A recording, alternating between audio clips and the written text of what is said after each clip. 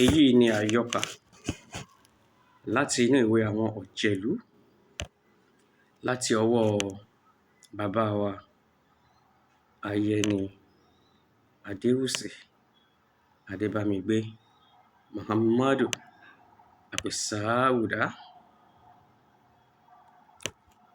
Ó lọ báyìí. Túndé jókòó, ó doríkodò, ó sì ń ronú. Ó ń dá sọ ọ̀rọ̀ jáde ní òní kan ṣoṣo. Ó ní ìwọ̀n lọ̀rọ̀ ń dùn ún mọ̀, ó wá tó gẹ́ẹ́. Wọ́n ti ní aludùndú kò gbọdọ̀ tún máa dárin. Wọ́n ní tí a bá léni títí tí a kò bá bá ni, ìwọ̀n là ń bá ní ṣọ̀tá mọ. Ńṣe ló yẹ ká padà lẹ́yìn ẹni tí a lé títí tí a kò bá.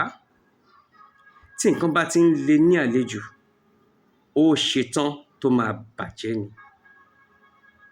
Tí ìlù bàtá bá ti ń dún lápọ́n lápọ́n ní àdúnjù, àwọn bàbá wa ní ńṣe ni ó máa tẹ́ nítorí pé ó máa fàya nìyẹn. Ìwọ̀ntúnwọ̀nsì ló dára kí a ṣe ohun gbogbo.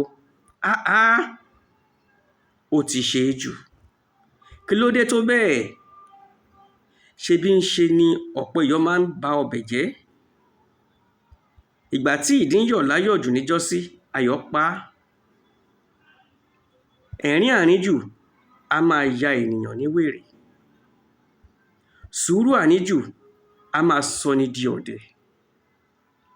Ọlọ́run o, n ò lè mú eléyìí mọ́ra mọ́. Tèmi yìí ti wá pọ̀ jù. Ṣé nítorí olówó ni wọ́n ṣe ń dá mẹ̀kúnnù bíi tiwa yìí ni? Gbogbo nǹkan tí Ọlọ́run dá ló ṣáà kúkú dá ní dáradára. Kí ló wá dé tí nǹkan fi rí bó ṣe rí yìí? Wọn kò bí àwa náà sínú òṣì, bẹ́ẹ̀ ni wọn ò ní kọ òṣì mọ́ wa. Àṣejù ti wá wọ̀ ọ́. Ṣebí wọ́n ní èsúrú ṣe àṣejù níjọ́ kìíní, ó tẹ́ lọ́wọ́ oníyán. Nígbà tí kòkòrò agbọ́n ṣe àṣejù, ọ̀rọ̀ rẹ̀ di ìkorò. Ó ti wá dojú rẹ̀ wàyí. Gbogbo nǹkan tó bá gbà ni wọn ò kúkú fún un.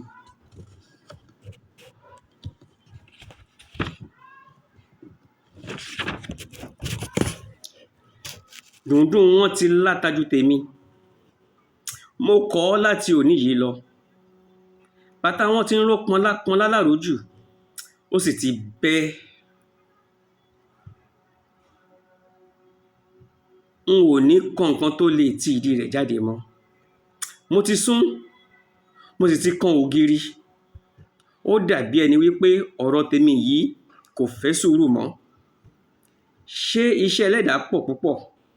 Ọba adáni má ṣe ìrègùn. Kò dá wa dọ́gba. Ṣé àyànmọ́ oníkálukú ya ọ̀tọ̀ọ̀tọ̀?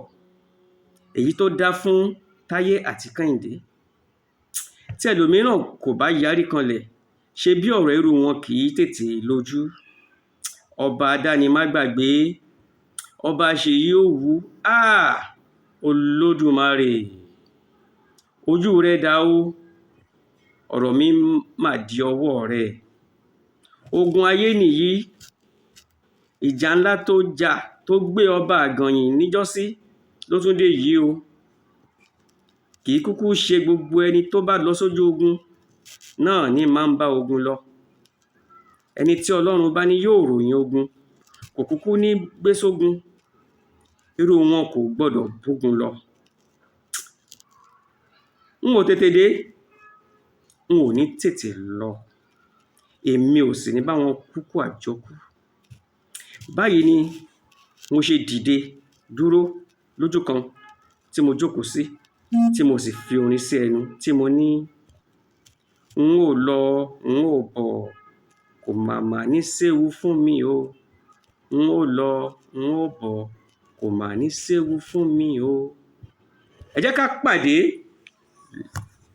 ní apá kejì ìtàn yìí kí a lè máa bá a lọ. Ní tòótọ́, Adéyẹmí Olúdélé.